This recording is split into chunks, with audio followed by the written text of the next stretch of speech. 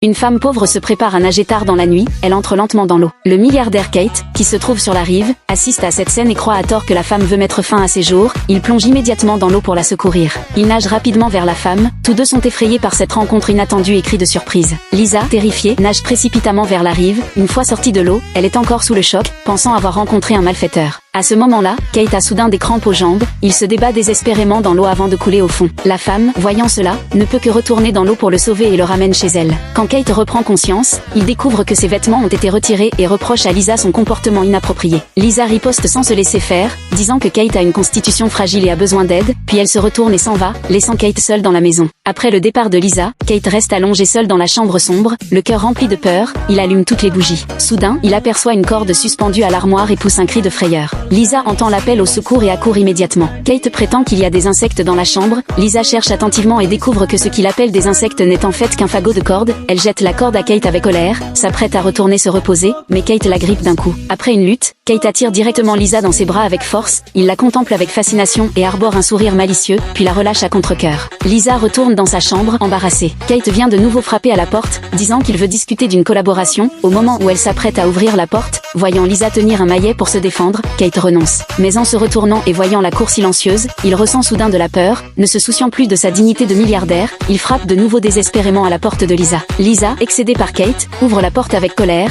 mais voyant l'apparence fragile de Kate, elle ne peut rien faire. La gentille Lisa permet finalement à Kate d'entrer dans sa chambre. Le lendemain, Kate se réveille et découvre que ses mains sont attachées avec une corde de chanvre, c'est que Lisa craignait qu'il ne se promène partout. En se lavant le visage, il demande narcissiquement au petit chien s'il voit un beau garçon pour la première fois. Ensuite, il emprunte les cosmétiques de Lisa pour prendre soin de lui, mais Lisa qui vit dans les montagnes profondes n'a que 2 flacons de produits de soins. Kate pense aux cosmétiques variés sur sa table, il trouve cela incroyable instantanément, il ne peut que s'en contenter et guide même Lisa en lui disant qu'il faut masser doucement avec des mains à température corporelle. Lisa le regarde avec dégoût devant ses manières affectées et le presse de descendre rapidement de la montagne, mais Kate est déterminée à signer un contrat avec Lisa pour qu'elle devienne artiste dans sa compagnie. Pendant que Lisa travaille, Kate la suit constamment en lui demandant de signer un contrat. Voyant que Lisa ne fait qu'attention à creuser la terre sans lui prêter attention, Kate, furieux, lui arrache directement la pelle pour l'aider à travailler, puis aide activement Lisa à étendre le linge, et même prend en charge toutes les tâches ménagères. Mais malgré tous les beaux discours de Kate, Lisa refuse catégoriquement. Kate, impuissant, doit abandonner et se préparer à descendre de la montagne, mais il trouve dommage d'abandonner ainsi et veut forcer Lisa à descendre de la montagne avec lui. Dès qu'il revient dans la montagne, il voit que le voisin de Lisa est également là. Kate sait qu'il ne peut pas emmener Lisa descendre de la montagne aujourd'hui, alors il donne une carte de visite au voisin,